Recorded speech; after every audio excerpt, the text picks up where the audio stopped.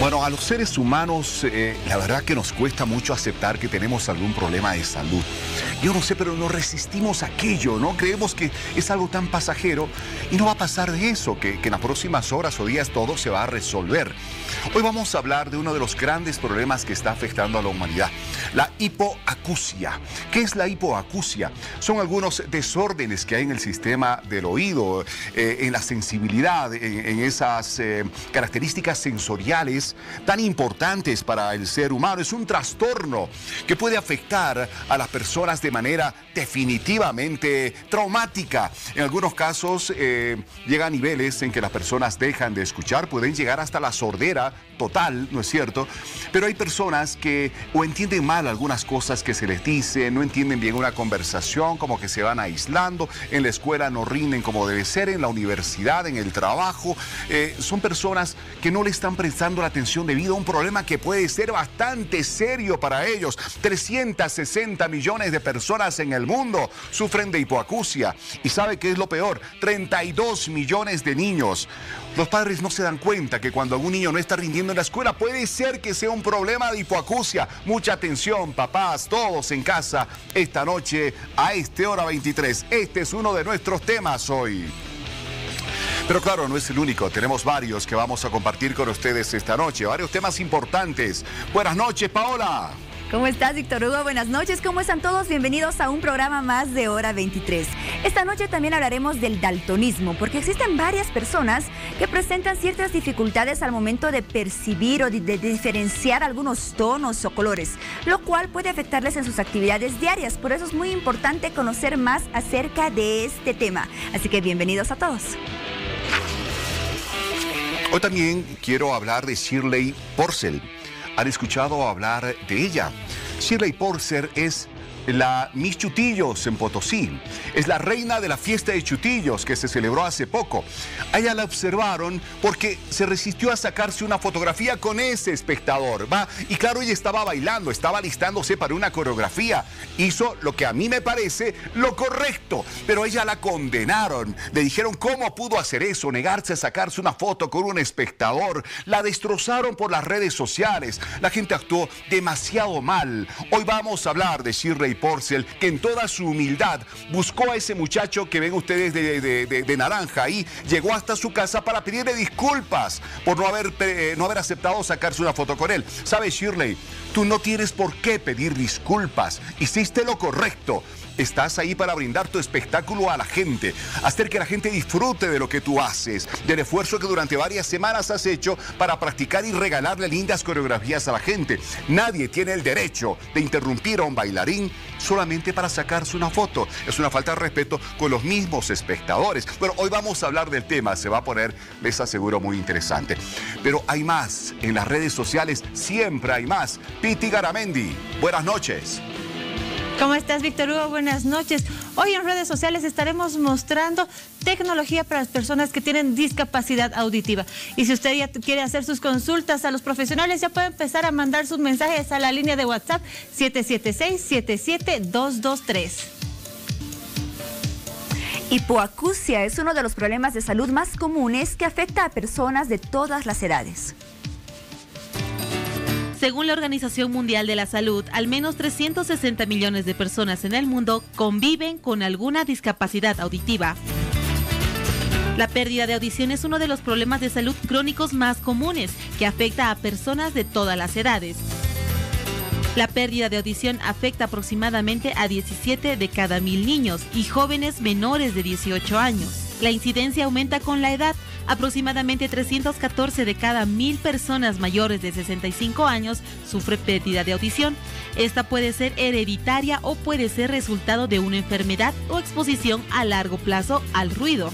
La pérdida de audición puede variar desde una leve pero importante disminución de la sensibilidad auditiva a una pérdida total.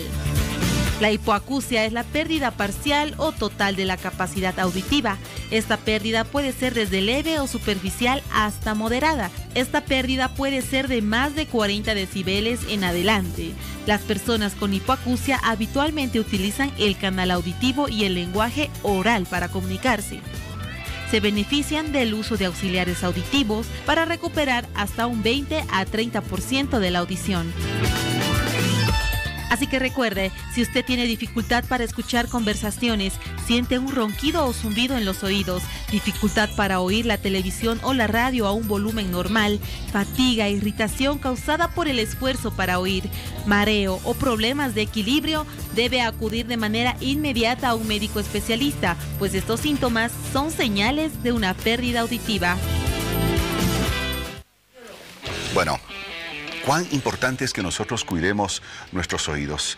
El escuchar música, el escuchar a nuestros padres, a nuestros hijos, escuchar a nuestras mascotas, escuchar el sonido de las hojas, de los árboles, del río, ¿no es cierto?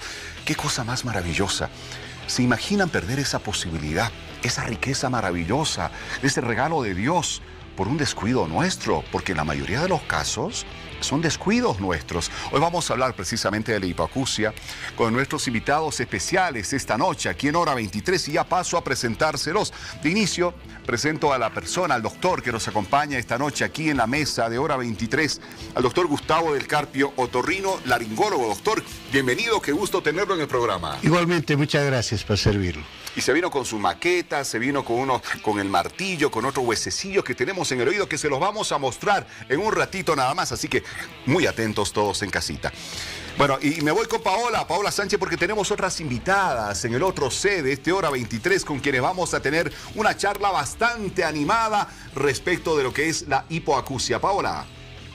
Así es, Víctor Hugo, porque también hablaremos de las terapias, de las alternativas que existen para estas personas que presentan ciertas dificultades al momento de escuchar y también el lenguaje de señas, que es tan importante. Y para ello, esta noche nos acompaña la licenciada Bernadette Iglesias, fonoaudióloga y educadora de niños con déficit auditivo. ¿Cómo está, licenciada? Bienvenida. Muy buenas noches, gracias. Y también nos acompaña Isabel Delgado, ya la conocen ustedes, es prácticamente de acá de la casa de Bolivisión. Ella siempre está interpretando con el lenguaje de señas para todas estas personas durante los noticieros al día. Isabel, ¿cómo estás? Es intérprete del lenguaje de señas. Isabel Delgado, ¿cómo estás, Isabel? Bienvenida. Bien, gracias.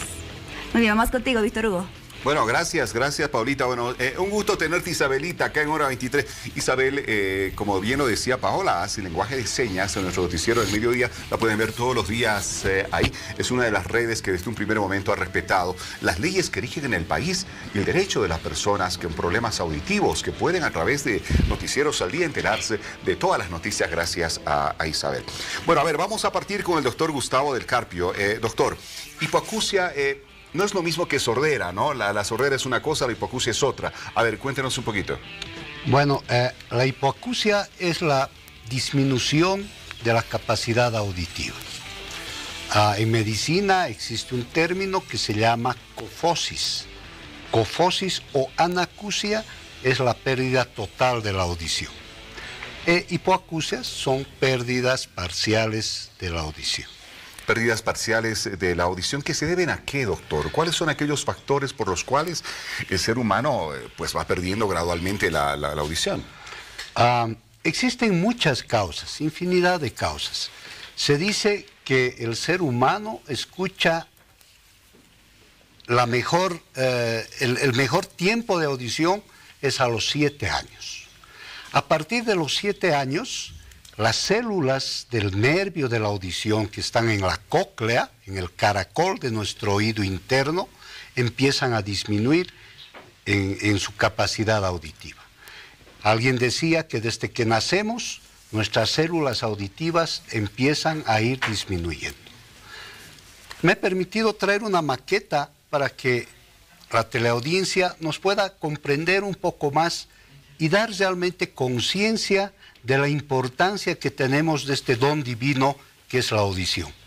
Dios es tan grande que nos ha dado 2 oídos para escuchar el doble y una boca para hablar la mitad.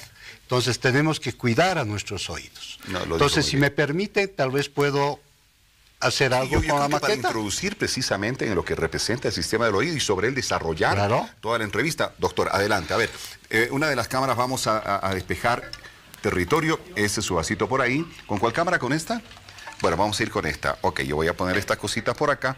A ver, doctor, ahora sí tenemos a la maqueta. Mostrémosla para esta cámara. Ok. Entonces, acá tenemos el pabellón auricular. el conducto auditivo externo. Esta estructura es la membrana del tímpano. Desde la membrana del tímpano para afuera se conoce como el oído externo. Todos nosotros, en algún momento de nuestra vida, hemos tenido la intención de hurgarnos nuestro oído porque siempre pensamos que el conducto, que no podemos verlo, siempre está sucio. Entonces hemos tenido alguna vez la intención o hemos realizado el querer hurgarnos con cotonetes, esos cotonetes, etcétera. ¿Saben cuánto daño hacen? Alguien decía que los oídos, el conducto auditivo externo, se lo debe limpiar con los codos. Si su codo llega a su oído, se lo limpia. Si no, lo deja en paz a su oído, no lo toque, que su mismo organismo se encarga de hacer lo que tiene que hacer. Problemas a nivel del conducto auditivo externo son muy frecuentes que nos van a producir hipoacusia. Lo más frecuente son los tapones de cera. El organismo muchas veces produce tanta cera que se produce una obstrucción a nivel del conducto auditivo externo. Como el conducto auditivo externo está obstruido, el sonido no puede ingresar y estimular esta membrana tan delgadita que es el tímpano. Pero reiterar a la gente, doctor, que por mucho tapón de cera que advierte existe en ese su conducto, no debe tocárselo, tiene que ir necesariamente al especialista. Exacto. No es nada recomendable hurgarse con horquillas o con algún otro elemento, porque los cotonetes lo que hacen y para lo que sirven es solamente para limpiar el pabellón auricular, no el conducto auditivo externo, porque puede producirse muchas lesiones.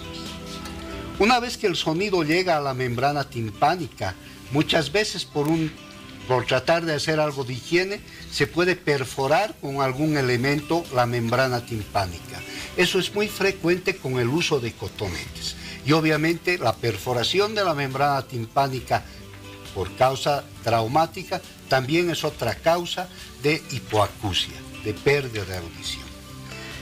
Después de la membrana timpánica está la cadena de huesecillos. Son 3 huesecillos que se llaman el martillo, el yunque y el estribo.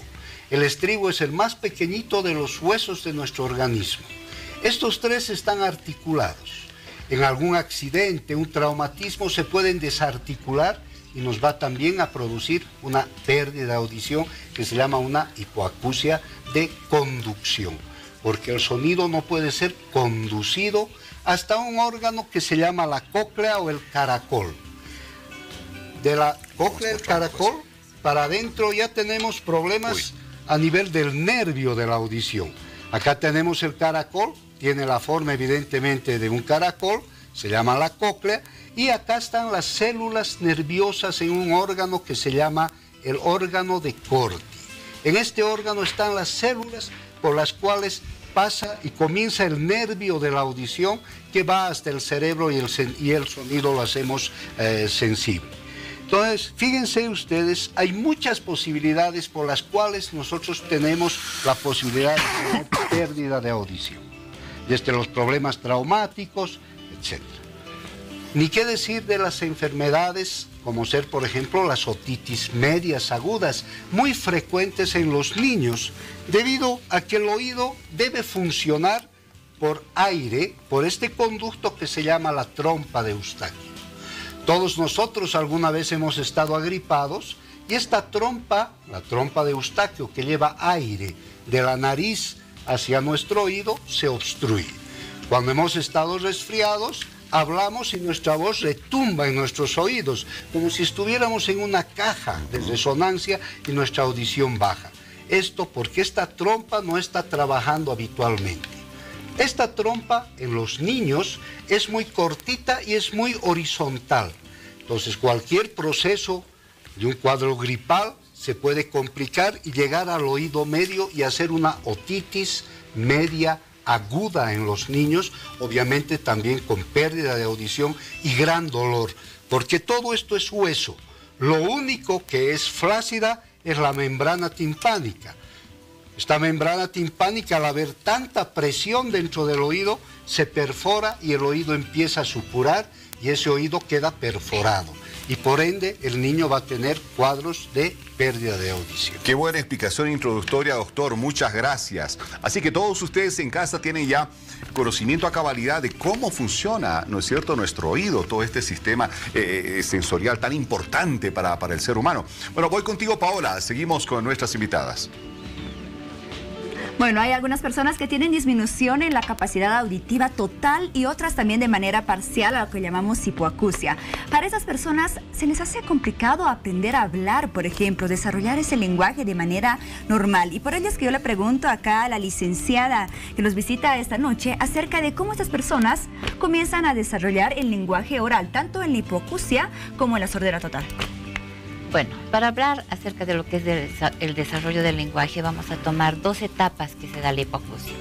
Se puede presentar dentro de lo que es la etapa prelingüística y se puede presentar ya dentro de la etapa lingüística, ¿no? Entonces, ¿qué significa esto? Que los niños ya van a nacer con una pérdida auditiva. Es importante primeramente la detección temprana, ¿no?, de la pérdida auditiva para poder ayudar a este niño, y así es necesario equiparlo con audífonos, ¿no?, y hacer la estimulación del lenguaje, ¿no? Es importante saber el grado de pérdida que el niño tiene para estimularlo adecuadamente y ya habilitarlo para luego entrar a una etapa escolar, ¿no? Pero si es que, digamos, nuestro niño, lo ideal es que se lo detecte pues 2, 1 año, y eso más antes, ¿no? Porque los riesgos, digamos, niños prematuros, niños que han tenido complicaciones en el nacimiento, todo eso ya son niños candidatos tal vez a ser portadores de una pérdida auditiva. Entonces, de acuerdo a la historia del niño y el momento en que se lo detecte, pues en ese momento es importante ya actuar, ¿no?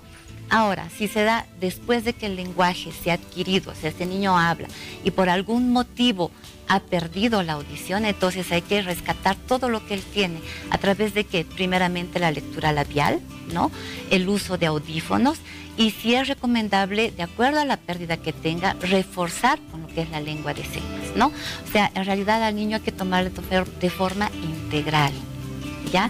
Se acompaña todo eso en el desarrollo del lenguaje. Hablamos de la niñez, pero ya, digamos, la pérdida auditiva se puede dar a cualquier edad. Hablemos de adolescentes, ¿no?, que de pronto tienden a tener alguna infección, otitis, como dice el doctor, algún trauma, o de pronto aparece lo que es el trauma súbito, ¿no? Nuestros jóvenes muchas veces llegan a consulta con una pérdida súbita de audición. ¿Por qué? Porque estaban dando con los audífonos, los headphones en la calle, y de pronto ha reventado un petardo. Listo, dolor de oído, y primero empieza el acúfeno y pérdida auditiva, ¿no? Entonces, obviamente, primeramente ir al otorrino, un tratamiento, ver la posibilidad de rescatar esa audición, y si no, pues ya recurrir a una ayuda auditiva. Hablamos de presbiacusia ya en las personas adultas mayores, ¿no? Entonces, la presbiacusia es la pérdida auditiva, pero ya por la vejez, ¿no? Eso ocurre a todos. Es una, ¿no?, pérdida auditiva gradual, ¿cierto?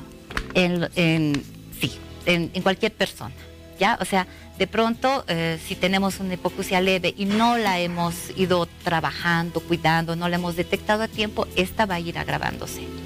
En las personas adultas mayores, o sea, por la edad, también tienden a perder la audición. Entonces, ya las características de estas personas es que empiezan a aislarse, cambian de humor, de pronto que eran sociables, se callan, ¿no?, ya no participan, y a veces, muchas veces, el entorno no se le ocurre pensar por qué se está aislando, ¿no? ¿Será que está escuchando? Lo mismo que en el lenguaje, ¿no?, con los niños. O sea, muchas veces nos preocupamos, no habla, habla mal, pero de pronto este niño, nunca nos pensamos, ¿será que está escuchando? Por eso no habla. El lenguaje tiene mucha relación con la audición. El desarrollo de la audición y el desarrollo del lenguaje van juntos. Niño que no escucha, probablemente niño que no hable, o tarde en hablar, o tenga dificultades para hablar. Muy bien. Vamos a hablar también acerca de la importancia del lenguaje de señas. Isabel, ¿cuán importante es esto para las personas que tienen esa disminución auditiva? Bueno, como ya hemos escuchado, la explicación de la licenciada y el doctor es diferente, ¿no es cierto? La hipoacusia de la sordera, y en realidad la lengua de señas la maneja la persona sorda, aquella persona que ha hecho de este lenguaje su lengua materna, que la han detectado a tiempo, o sea, de pequeñito, y ha ido aprendiendo la lengua de señas como una lengua natural, como nosotros aprendemos a hablar. Apenas nacemos comunicándonos con nuestros papás, nuestro entorno, todo es sonidos y así vamos aprendiendo. Lo mismo la lengua de señas. La diferencia es que son movimientos, gestos e incluso se considera que la lengua de señas se puede aprender a más temprana edad que la lengua oral. Entonces es muy importante. Cuando la detección se hace temprana, los papás, si son oyentes, los denominamos así, las personas que escuchan, y el hijo es sordo, entonces es urgente que aprenda la lengua de señas para darle al hijo su lengua, que es la lengua de señas, ¿no? Muy bien. Que pueda desarrollarse. ¿Y qué métodos existe, Isabel, para poder enseñar a los más pequeños este lenguaje de señas? Como te decía al principio, el lenguaje es natural. Como nosotros aprendemos a hablar, los niños con sordera aprenden también a señar. Entonces es lo que repite el papá, lo que repite la mamá, las cosas que tú le muestres y le dices, por ejemplo, vaso es la seña de vaso, o mamá es la seña de mamá. Entonces ellos viendo los movimientos y las señas que tú haces van aprendiendo. Entonces es un aprendizaje natural, no hay una técnica, no hay un método, cada familia es diferente, así como nosotros en nuestra casa aprendemos la lengua oral, cada niño aprende en su casa también la lengua de señas con ayuda de sus papás o de su instructor o de alguien que maneje la lengua de señas. ¿Tú consideras importante, Isabel, que no solamente las personas que presentan esta dificultad y su entorno puedan aprender este lenguaje de señas, sino que este tipo de comunicación debería ser implementado de manera general en otras personas también? Estamos trabajando en eso, definitivamente que sí. Todas las personas deberíamos aprender la lengua de señas. ¿Por qué? Por empatía en primer lugar. Porque tú tendrías que ponerte en el lugar de la persona que no escucha. Caminar por la calle, no poder escuchar los sonidos, no poder entender a la otra persona lo que está diciendo. Entonces es como vivir en un submundo. Por eso sería importante que pueda ser incluido en las unidades educativas también, ¿no? Donde ahora asisten muchos niños con capacidades distintas. Claro, ahí estamos hablando de inclusión.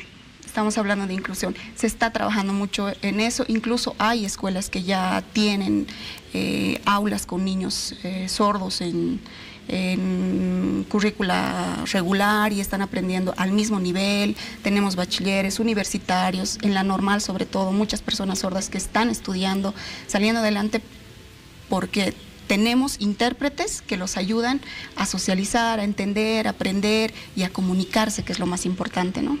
Muy bien, continuamos desarrollando este tema y para ello vamos con las redes sociales. Contigo, Piti. Nos escribe Pamela Durán y una consulta para el doctor. Dice, me operaron 3 veces del oído. La segunda vez me habían dejado una gasa en el oído medio, que me retiraron en la tercera cirugía. Hoy tengo una hipoacusia muy importante y un ruido agudo constante. Quiero saber si un audífono mejoraría el problema. Gracias por la ayuda. Esa es la consulta para usted, doctor. Muchas gracias. Es difícil que se haya podido dejar una gasa dentro del oído. El oído es una cavidad muy pequeñita. Habría que revisar a la señora y ver realmente cuál es el motivo de la pérdida de audición de ahora, después de 2 o 3 cirugías. Probablemente es un problema, como al principio indicábamos, un problema de conducción del sonido, que obviamente puede ser resuelto eso con una cirugía. Muchas veces se puede evitar, operar y usar un aparato, un audífono, que debe estar muy bien calibrado por una fonoaudióloga en un centro reconocido, para que el audífono realmente funcione y pueda rendir y cumplir las expectativas de la señora. Yo creo que es muy importante revisar a la señora porque 3 cirugías con el antecedente de un cuerpo extraño en el oído, hay que ver con un poco más de detenimiento qué es lo que realmente sucedió.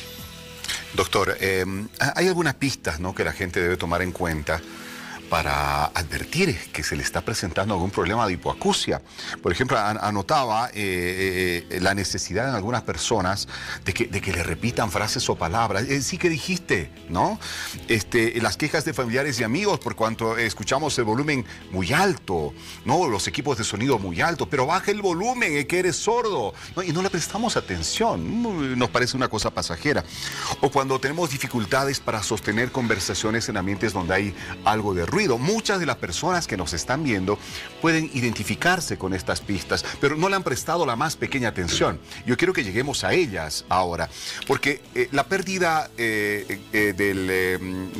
sensorial, o sea, de los sonidos y demás, o puede ser gradual, que es de lo que estamos hablando ahora, o puede ser repentina en algunos casos, ¿no es cierto? Que un momento, un día está todo bien y al día siguiente de repente sentimos que escuchamos bastante poco.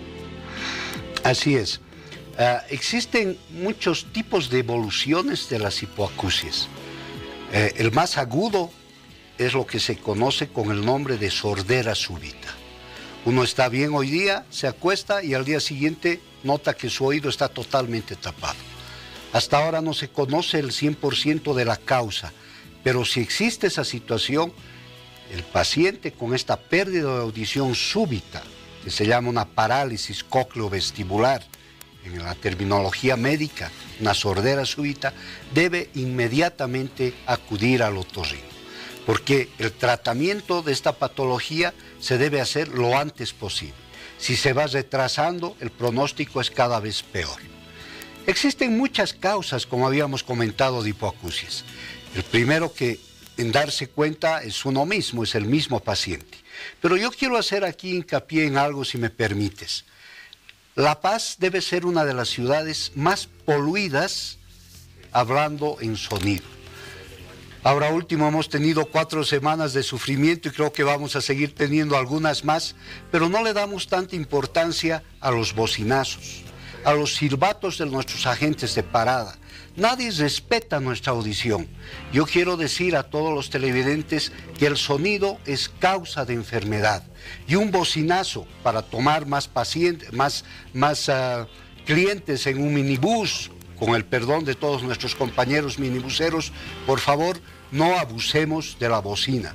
La bocina es una causa de enfermedad que nos está realmente alterando desde los nervios y lo más importante que esta noche estamos hablando, nos está produciendo un trauma acústico irreversible.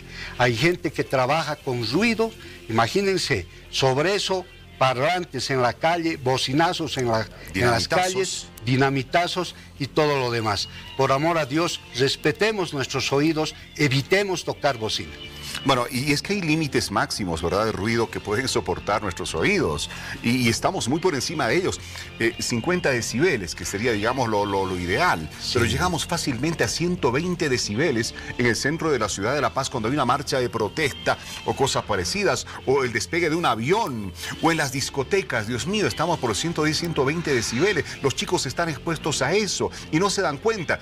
Pero hay una edad en la que van a comenzar a sentir el problema, precisamente doctor, de la hipoacusia, porque no ha de ser inmediato en muchos de ellos, pero hay una edad, se adelanta a la edad de los problemas auditivos que en casos en que la gente se ha cuidado, se presentará más tarde. Así es muy difícil. Existe en medicina un nivel que se llama el nivel crítico de Hertz, que son 90 decibeles. El sonido, a partir de los 90 decibeles, no ingresa solo por vía aérea, sino también ingresa por vía ósea. Imagínense los compañeros que trabajan con un martillo neumático. Un martillo neumático es aquello que perfora el asfalto. Es realmente un trauma acústico terrible. Aunque tengan protectores auriculares, el sonido ingresa por vía ósea y igual se va a realizar un daño severísimo a nivel del nervio de la audición. Obviamente en la juventud están muy acostumbrados a usar los fones, tenemos que cuidar. En este momento no nos damos cuenta de la repercusión que puede tener a la larga el uso constante. O disc jockeys, por ejemplo, gente que trabaja con sonido todos los días, todas las noches y con muchas horas de trabajo en ambiente de ruido, el oído, la cóclea, seguro que va a ser dañada y así se llama un trauma acústico que tiene diferentes grados. Todos nosotros alguna vez hemos estado en una fiesta, en un parlante, muy cerca de un parlante, terminamos la fiesta y seguimos en la noche escuchando en nuestros oídos una sensación de un retumbe que existe en nuestros oídos. Eso es un trauma acústico agudo. Imagínense la gente que trabaja en ese tipo de ambientes, va a terminar con mucho problema de audición. Anotaba algo, doctor, a propósito de lo que usted dice, 90 decibeles, lo máximo, ya entramos al espectro crítico, ya ¿no es cierto?, del ruido. OCS. Exacto, a ver, una moto, esa que escuchamos a diario, 90 decibeles, mucho cuidado con la moto. Una maquinaria de construcción, 100 decibeles, por Dios, lo que usted mismo decía ahora. Una discoteca, 100, 110 decibeles. Un concierto de rock, 110, 120 decibeles. Chicos, por favor.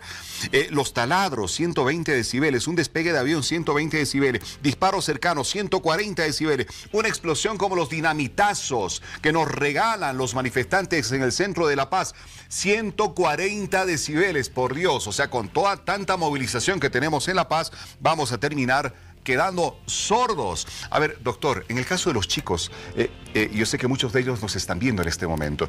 Esos audífonos, esos headphones, ¿cierto? Bajos, profundos, un sonido espectacular, pum, pum, pum, retumba. Más o menos, ¿de cuántos decibeles estamos hablando en esos audífonos? No sabría decirle cuánto, probablemente son menos de 90 decibeles, pero el daño se va a producir por la frecuencia y el tiempo de duración del sonido. Hay personas que son más o menos susceptibles a este daño. Es igual que muchos medicamentos, por ejemplo los antibióticos. Hay antibióticos que se llaman aminoglucósidos en medicina que son sumamente ototóxicos. Se ha visto que muchas veces con una ampolla de alguno de esos medicamentos la sordera puede ser casi irreversible. Otra cosa que debemos tener en cuenta, y ahora último me ha tocado ver mucho paciente, son las paperas, la parotiditis. Una de las complicaciones de la parotiditis en los varones son las orquitis, inflamación a nivel testicular. Y la segunda complicación es la pérdida total de la audición de un oído. Hasta ahora no se sabe el por qué, pero mamás, cuidemos mucho a los niños que están con un problema de parótida, de parotiditis, que hace pocos días ha estado en aumento. Veamos y controlemos la audición de los niños, que también es una causa de pérdida de audición definitiva de un oído. Si vemos eso, vemos un niño con parotiditis, tengamos cuidado. Si hay alguna sintomatología de pérdida de audición, inmediatamente llevemos a un galeno especializado en otología, en un otorrinolaringólogo. Muy bien. Bueno, licenciado Iglesias, hace un momento usted nos decía que depende de la severidad de la pérdida de la audición y las características de esta para que se puedan implementar distintas terapias de fonoaudiología. ¿Cuáles vienen a ser las más implementadas? ¿Qué características tienen esas terapias? ¿Y de qué depende el éxito de cada una de ellas? Bueno, depende primeramente de la edad del diagnóstico, ¿no? O sea, sospechar. Si son niños prematuros, desde el nacimiento ya vamos estimulando lo que es el lenguaje y la parte auditiva, ¿no? ¿Qué significa? Vamos a hacer exámenes que son barridos, ¿no? Vamos a hacer emisiones fotoacústicas, vamos a hacer potenciales evocados auditivos, que se los puede realizar hasta los 3 años, y a partir de esto, o sea, ya poder estimular el lenguaje, saber qué tipo de pérdida tiene, el grado de pérdida, si es leve, moderada o severa. A esto vamos a ayudar con un audífono, ¿no? Implementar el audífono si es adecuado en un lado o de pronto en los dos lados, y estimular el lenguaje, ¿no? O sea, desde el momento que ha sido detectado, acompañar el proceso de desarrollo del lenguaje, ¿no? Ahora es muy importante el tema de los audífonos, por ejemplo, que siempre sean prescritos por especialistas, ¿cierto? Porque en muchas ocasiones hay algunos que se comercializan, pero que las personas que justamente las venden no son especialistas y no están destinados a poder orientar a los pacientes. Sí, justamente eso es con lo que muchas veces nosotros nos da mucha pena cuando llegan, ¿no? Y dicen, yo me he comprado un audífono, me han dicho este audífono, y no, nunca tienen el examen, ¿no? O sea, todas las personas, yo les digo, papás, jóvenes, adultos mayores, o sea, los audífonos se venden en base a una audiometría. La audiometría es el examen que se realiza para ver cuánto de pérdida tiene el paciente, qué tipo de pérdida tiene, si es recomendable en un oído, en los dos oídos, y qué tipo de audífono van a utilizar, ¿no? El audífono, ¿qué es? Una ayuda auditiva. justamente para que la persona perciba los sonidos del entorno, discrimine las palabras. Entonces esta herramienta, este aparatito es re importante en los niños que están en un proceso de desarrollo del lenguaje, ¿no? Porque si los detectamos más tarde, vamos a tener que recurrir, a pesar de que el niño tenga los restos adecuados para desarrollar un lenguaje oral, probablemente si la detección es tarde, este niño no va a llegar a desarrollar un lenguaje oral y va a necesitar, pues, acompañar con la lengua de señas, ¿no? En realidad, el niño sordo puede desarrollar un lenguaje oral. Lo importante es detectarlo a tiempo y ahí es importante el rol del entorno, de la familia, del colegio, ¿no? Porque de pronto a veces ya viene la detección, la familia entra en crisis, no creo que mi hijito no escuche, o empiezan a buscar el culpable, ¿no? Y en lugar de ya, mi hijito no escucha, pero entonces, ¿qué puedo hacer? ¿Cómo puedo ayudarlo? ¿No? Porque después los papás tienen la expectativa de que ese niño hable, entre al colegio, salga profesional y todo eso, que puede hacerlo.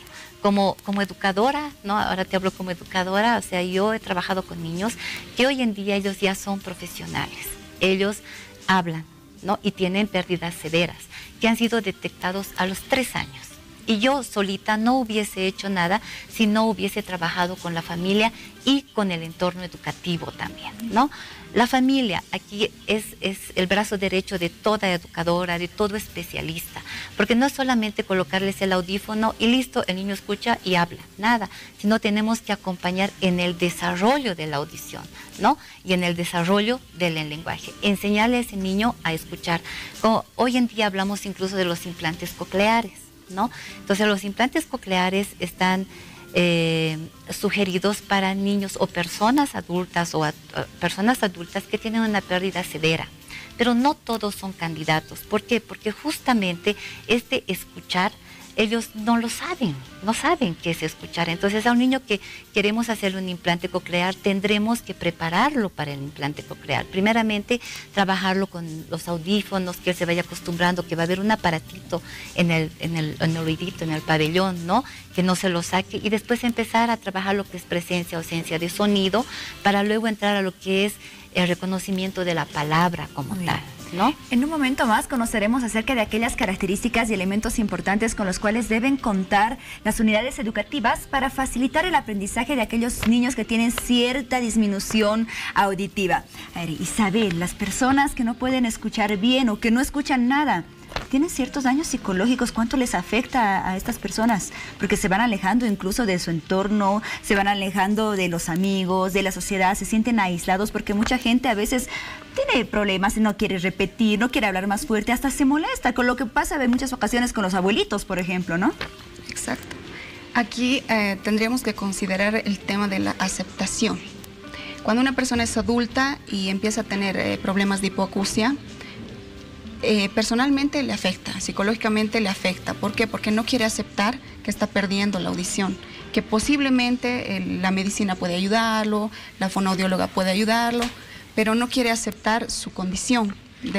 En algún momento va a estar sordo o no va a escuchar correctamente, entonces su entorno va a cambiar. ¿Por qué? Porque la comunicación va a tener que ser diferente, ¿no es cierto? Entonces la lengua de señas es acercarnos, todas las personas que hablamos la lengua de señas como comunidad, como cultura de la persona sorda, que lo identifica, porque ellos se sienten cómodos, se sienten felices y se sienten bien así. Te voy a hablar desde mi experiencia. A ver, muy bien. Yo tengo conozco personas que tienen disminución auditiva, pero que sufren muchísimo. ¿Por qué? Porque no aceptan que están perdiendo la audición. No quieren utilizar audífonos, no quieren que las personas los consideren diferentes porque están utilizando el audífono. Entonces prefieren hacerse, vulgarmente te lo digo, hacerse a los sordos. ¿Para qué?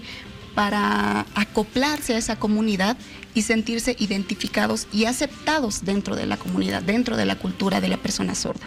Entonces es como salir, hace rato te decía, del mundo de los oyentes para entrar en este mundo que es de las personas sordas. Y otras anécdotas de niños, por ejemplo. Estábamos hablando de implantes cocleares que me ha llamado mucho la atención.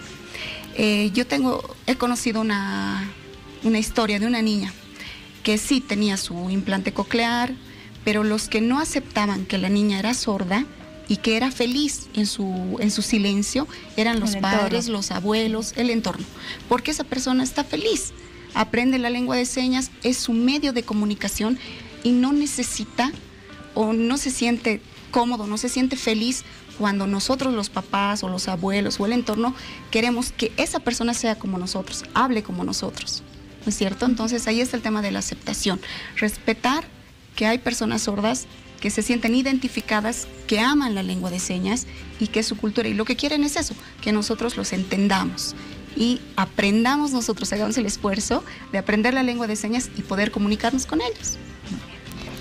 Nos siguen llegando las consultas a nuestra línea de WhatsApp y nos consultan y nos dicen: buenas noches, mi hijito de 4 años no habla. Me dijeron que no habla porque no escucha. ¿Qué se puede hacer? Me preocupa mucho. Doctor, esta consulta también es para usted. Muchas gracias. Lo primero que debemos hacer es llevar al niño a un especialista, un otorrinolaringólogo, para realizar un examen físico.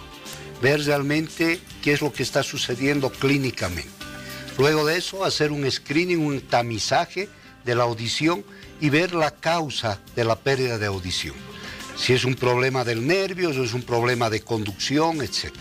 Si fuera un problema del nervio, se pueden usar ya aparatos auditivos, audífonos, y no podemos perder más tiempo. Ese niño ya debía haber estado bajo control médico y probablemente por la edad, etcétera, ya debería haber estado usando un aparato. No tengamos, entre comillas, vergüenza de usar un audífono. Es lo mismo que usar un par de lentes. El audífono nos va a salvar y nos va a dar mucha esperanza y calidad de vida. Entonces, señora mamá, no pierda más tiempo, acuda a un otorrino y haremos un screening del niño y veamos cuál es la causa de la pérdida de la audición. Si no habla, es que realmente es probable que su niño no esté escuchando como debería escuchar a los 4 años. Doctor, tanto la mamá como con su pregunta como usted con la respuesta han tocado un punto que es fundamental. De acuerdo a los estudios que se han realizado del tema, el 60% de los niños que terminan perdiendo o quedando sordos, podrían haber salvado el oído si eran atendidos oportunamente. O sea, estamos hablando de que 6 de cada 10 niños que quedan sordos no tenían por qué serlo, ¿no es cierto? Si se actuaba oportunamente con el tratamiento de un especialista. Hay 1.100 millones de jóvenes en el mundo, entre 12 y 15 años, que están con serios riesgos auditivos a raíz de la exposición a los ruidos de los que hemos hablado hace rato, que discotecas, que los conciertos, que los audífonos y todo eso. Hay algo que la gente tiene que entender, doctor, que ese test auditivo, ¿no es cierto?, que es el que se realizan los expertos como usted, no representa algo traumático, no es algo que definitivamente cueste una barbaridad de plata como para que la gente lo rehuya y diga, no, yo no voy porque por ahí me cuesta muy caro. ¿En qué consiste ese test auditivo? ¿Cómo se lo realiza? En absoluto, es totalmente inocuo. Niños recién nacidos se puede realizar lo que se llaman potenciales evocados. Es totalmente inocuo. Y no necesitamos, obviamente, cuando es un recién nacido o un niñito de muy pocos años, la respuesta voluntaria del niño, porque la máquina es la que nos va a producir una serie de ondas y el especialista se va a dar cuenta a qué nivel está la lesión.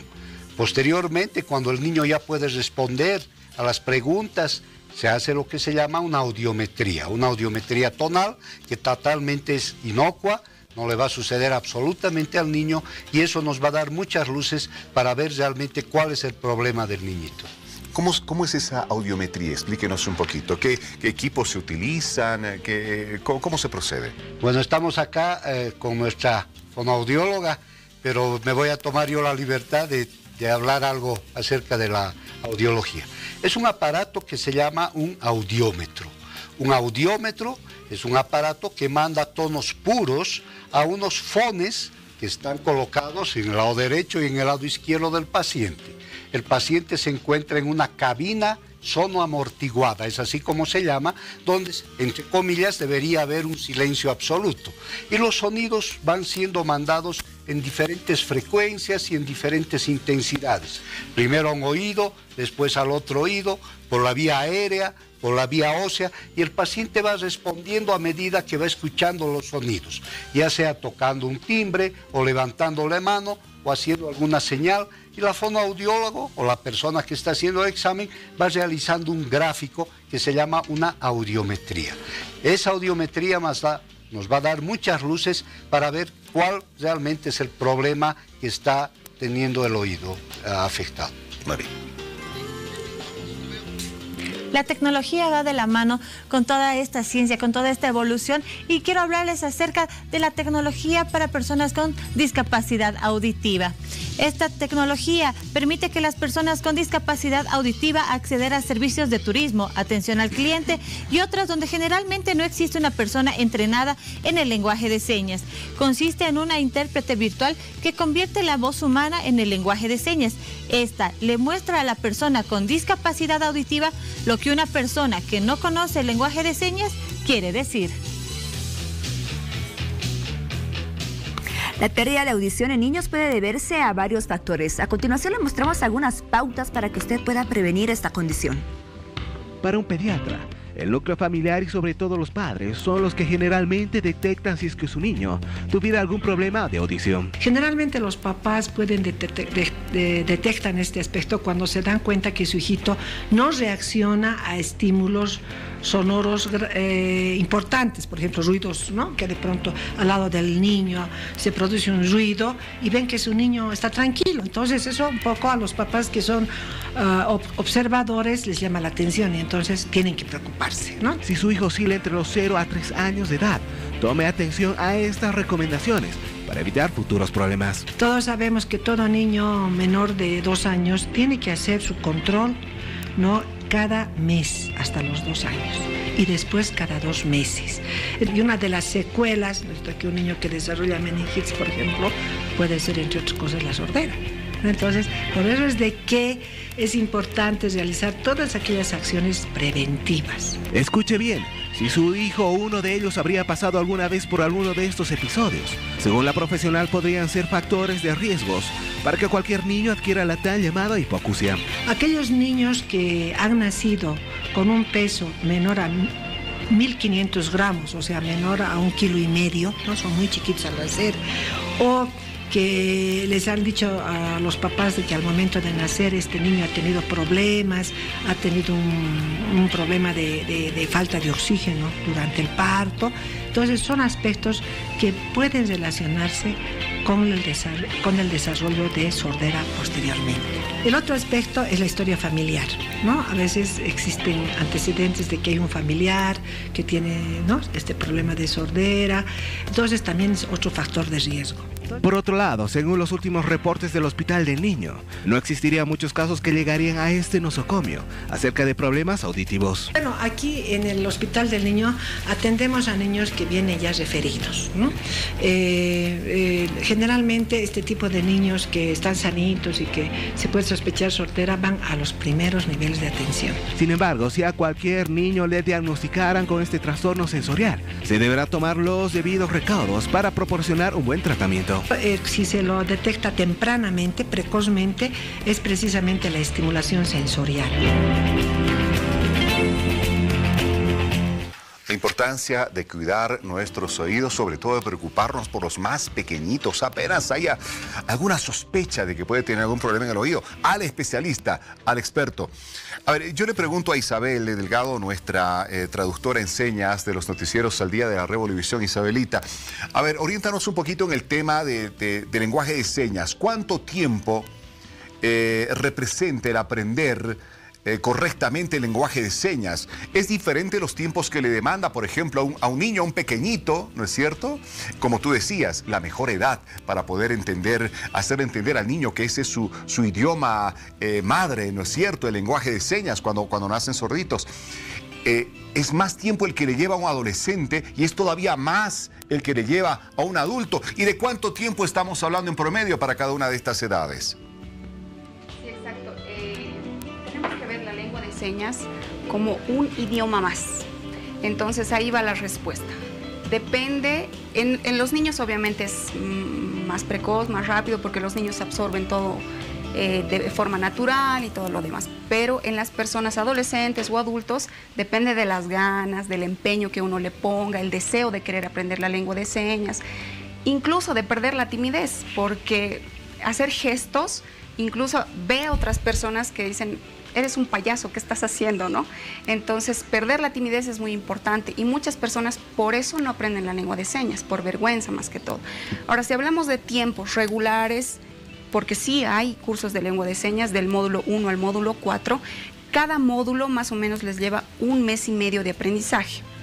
El tema es que ahora no estamos dando todos los módulos, solamente se está dando el primero y el segundo más o menos. Para las personas que estén interesadas les comunico eso.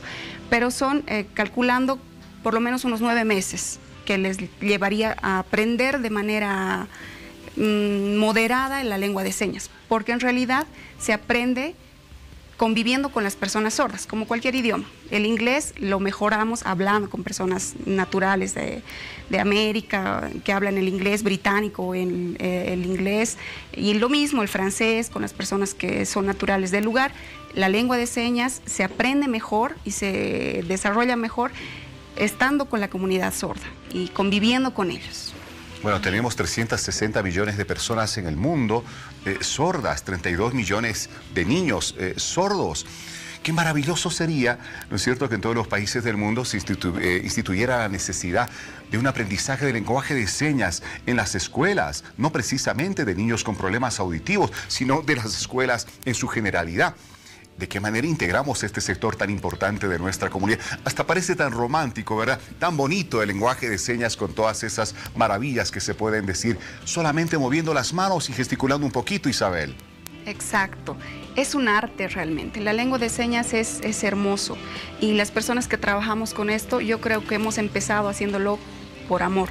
En mi caso, porque como les decía al principio, es mi lengua madre, ¿no? Entonces yo tengo a mis papis que ambos son sordos, entonces a mí me ha tocado desde pequeñita aprender la lengua de señas, entonces lo hago así como si fuera algo natural. Pero para una persona que necesita aprenderlo porque ha tenido un accidente y ha perdido la audición, es un poquito más complicado, ¿no? Es adaptarse, como les decías en el capítulo anterior, adaptarse a otra cultura, a un mundo diferente, porque las personas sordas viven de manera diferente, sienten de manera diferente, se comunican de manera diferente, pero no por eso son extraterrestres, ni mucho menos diferentes a nosotros, ¿no? Son seres humanos con sentimientos. Es más, me atrevo a decir que son mucho más perceptivos que nosotros. ¿Por qué? Porque todo lo ven y lo entienden nada más con la cara que hacemos o con algún gesto que hacemos y ya saben de qué humor estamos, cómo nos sentimos. Son muy perceptivos. Muy bien, a ver, nos enfocamos ahora en las unidades educativas, licenciada Iglesia, porque hablábamos hace un momento de lo importante que es que todas estas puedan contar con características que faciliten el aprendizaje a aquellos niños que tienen problemas de la audición. ¿Cuáles son estos puntos que deben tomar en cuenta? Bueno, un niño que va a ser escolarizado, ¿no?, tiene que ir a la unidad educativa ya con sus herramientas, ¿no? ¿Cuáles son sus herramientas? Sus audífonos, mínimo una lectura labial, y mínimo un vocabulario básico que le ayude a comunicarse con sus pares, ¿no? Para esto, obviamente, yo quería antes complementar el examen auditivo, ¿ya? La audiometría siempre va acompañada de una logoaudiometría. ¿Qué significa? La audiometría es el escuchar los tonos, como dijo el doctor, pero es importante también la discriminación de la palabra, ¿ya? Entonces, acompaña al examen auditivo la logoaudiometría, ¿no? Entonces, de acuerdo a estos dos es que vamos a implementar al niño con los audífonos. El niño teniendo sus audífonos, teniendo su lectura labial y teniendo un vocabulario básico, conocimientos previos para el aprendizaje de la lectoescritura, pues naturalmente va a estar integrado a un colegio, ¿no? Entonces, acá se da pues ciertas pautas a los educadores. Primeramente, saber que este niño tiene la pérdida auditiva. Segundo, este niño necesita mirar a los labios del educador, ¿no? Saber el educador que no puede estarse moviendo por el aula porque el niño necesita, aparte de escucharlo, mirarlo, ¿no? Y también preparar al entorno, a sus pares, para que este niño no sufra de bullying, ¿no? Porque lastimosamente hoy en día continuamos hablando de lo que es el bullying, y más aún a los niños con capacidades diferentes. Así es. Hemos hablado mucho acerca de lo importante que es la detección temprana de estas dificultades que pueden existir en la audición. Y por eso yo quiero preguntarle a usted, doctor Gustavo del Carpio, lo importante que es poder detectar de manera temprana estos problemas y qué signos de alerta debemos tomar en cuenta o deben tomar en cuenta los padres de familia y también los distintos especialistas en los recién nacidos para poder detectar de manera temprana. Existen algunas causales por las cuales uno debe indagar profundamente a este tipo de niños con sospecha de pérdida de audición. Una de ellas son las alteraciones de los factores RH positivo y negativo del papá y de la mamá.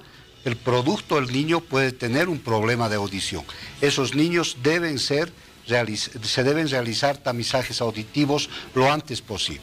Lo mismo en problemas de sufrimientos fetales, doble circular de cordón, etc. O sea, hay muchos puntos muy específicos para realizar un tamizaje en el recién nacido. Y eso realmente es muy importante de realizar porque estamos realmente devolviendo la vida a un niño que probablemente más tarde no vaya a escuchar. El implante coclear, doctor, es un avance tecnológico que se puede implementar también en los recién nacidos. Exacto, sí. ¿Qué hay que determinar, qué puntos hay que tomar en cuenta para saber si se puede colocar un implante coclear en ellos y cuánto les ayuda a no quedar con un tema de sordera al 100%? Bueno, sí, es un capítulo muy grande esto de los implantes cocleares. Obviamente en nuestro país no tenemos mucha cantidad, pero obviamente sí tenemos muchos pacientes ya implantados y realmente los beneficios son grandes y son mayores los beneficios en pacientes que son postlinguales. Eso quiere decir que en algún momento de su vida ha escuchado y ha hablado y por algún motivo pierde la audición. El implante coclear nos va a ayudar mucho. Tenemos con colegas del exterior mucho contacto y quienes ayudan mucho a implantar implantes cocleares. Hace un poco menos de un año hemos implantado un implante coclear en el Hospital de Clínicas con mucho éxito, acompañados con un colega argentino. Tenemos también mucho contacto con alguna otra gente que pone y coloca los implantes cocleares, el grupo Stock en Tucumán de la Argentina, que son excelentes especialistas para implantes cocleares, y en nuestro medio hay un grupo de colegas que estamos tratando de ir a pasos agigantados porque hemos perdido algo de tiempo en esto de los implantes cocleares, pero nos estamos poniendo al nivel de los países que están a nuestro alrededor. Doctor, en unos momentos usted nos va a mostrar esos huesecillos tan importantes que tenemos en el oído, ¿no es cierto? Y que tenemos que cuidar un montón. Pero antes, a ver, 24 horas en nuestro país, vamos a la noticia destacada de esta jornada. Vamos a ver estas imágenes, por favor, señor director, que nos revelan cómo la modernizada bomba B-61 de Estados Unidos hace más posible una guerra nuclear. Miren ustedes cómo se presenta esta noticia.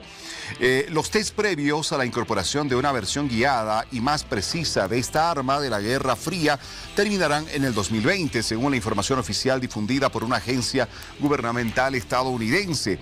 3 años de ensayos permitirán al Pentágono determinar si incorpora en sus arsenales la bomba nuclear modernizada B-61-12. Tiene revisado su sistema de guiado en caída, algo que la hace mucho más precisa. Pero no es lo que preocupa a los expertos en armamento, sino un posible cambio en el enfoque a su uso eventual. Miren ustedes, estamos hablando de un momento bastante crítico para el mundo, con amenazas de un lado y del otro, Corea del Norte, Estados Unidos, ¿no es cierto?, de guerra y demás. Y ya estamos hablando de bombas ultramodernas que en su momento podrían ser usadas. Doctor, esos huesecillos que los hemos colocado, aquí voy a pedir que una de las cámaras, por favor, nos regale un close-up, un acercamiento a estos huesecillos que tenemos acá, porque vamos a presentarles al martillo, al yunque y al estribo. Los van a conocer ustedes de una manera tal que entiendan la importancia que tienen estos huesecillos para poder escuchar bien, doctor. La transmisión del sonido hacia el caracol depende mucho de la integridad y de la articulación de estos 3 pequeños huesecillos. Vamos a comparar colocando mi uña Y fíjense el tamaño, estos son huesecillos reales, del martillo, que está más hacia la izquierda, el yunque y el estribo, que es el huesecillo más pequeño. Hoy en día la técnica quirúrgica está muy depurada y podemos devolver la audición trabajando en estos huesecillos. Si es que se han desarticulado, los vamos a articular o los vamos a retirar si han sido lesionados por alguna infección o por algún tumor, o vamos a poner una prótesis, etc. Lo que vemos en el primer plano ahora es el yunque. Esta cirugía se realiza bajo visión microscópica, eso se llama cirugía microscópica del oído. Pero hoy en día esto está evolucionando un poco más y lo que se hace es la cirugía endoscópica del oído. Es una cirugía en la cual no existe ninguna incisión, todo se hace a través del conducto auditivo externo, y yo tengo la satisfacción de ser miembro del Grupo Internacional de Cirugía Endoscópica de Oído Mundial, donde realmente es una maravilla el poder operar este tipo de pacientes. Y lo que yo quiero decirles es que la primera cirugía endoscópica de oído en nuestro medio, en Bolivia, se realizó en el hospital donde yo me orgullezco mucho de pertenecer, que ha sido el Hospital General, el Hospital de Clínicas de Miraflores, donde realmente se han hecho grandes cirugías sin mucha publicidad. Hemos sido los primeros en realizar cirugía endoscópica de senos y los primeros en realizar cirugía endoscópica de oído. O sea que nuestro hospital de clínicas realmente tiene personal docente muy calificado. Muy bien, doctor. Queremos agradecerle por haber estado esta noche con nosotros aquí en Hora 23. Yo creo que ha sido muy didáctica la explicación y la importancia de que la gente tome en cuenta todas estas recomendaciones que han ido haciendo nuestros expertos esta noche. Muchas gracias por haber estado acá. Para servir. Un gusto. Muchas gracias. Paola.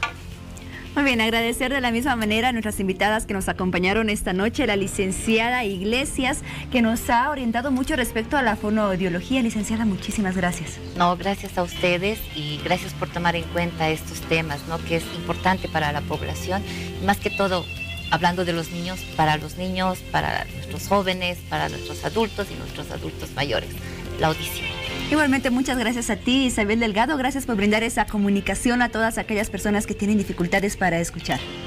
Gracias a ustedes por la invitación y ya saben, yo como de la casa, cualquier cosa, siempre voy a estar para colaborarles y sobre todo a las personas que tal vez tienen al lado a una persona sorda que ha perdido la audición, que los acepten, los amen, los quieran y los apoyen como son, ¿no? Muy bien, nos vamos a una pausa y volvemos con el siguiente bloque de Hora 23, pero yo le voy a pedir a Isabel que justamente pueda mandar a una pausa, decirles a todas las personas que nos esperen unos minutos, que tenemos muchos temas más por tocar, pero con el lenguaje de señas. Claro que sí. Buenas noches a todas las personas sordas, esperen porque volvemos con más. Una de las enfermedades que se produce en la vista es el daltonismo. Quien la padece no puede distinguir diferentes tipos de colores. El daltonismo es el nombre con el que se conoce a una serie de enfermedades relacionadas con la habilidad e inhabilidad de ver ciertos colores. Esta condición puede manifestarse de diversas formas.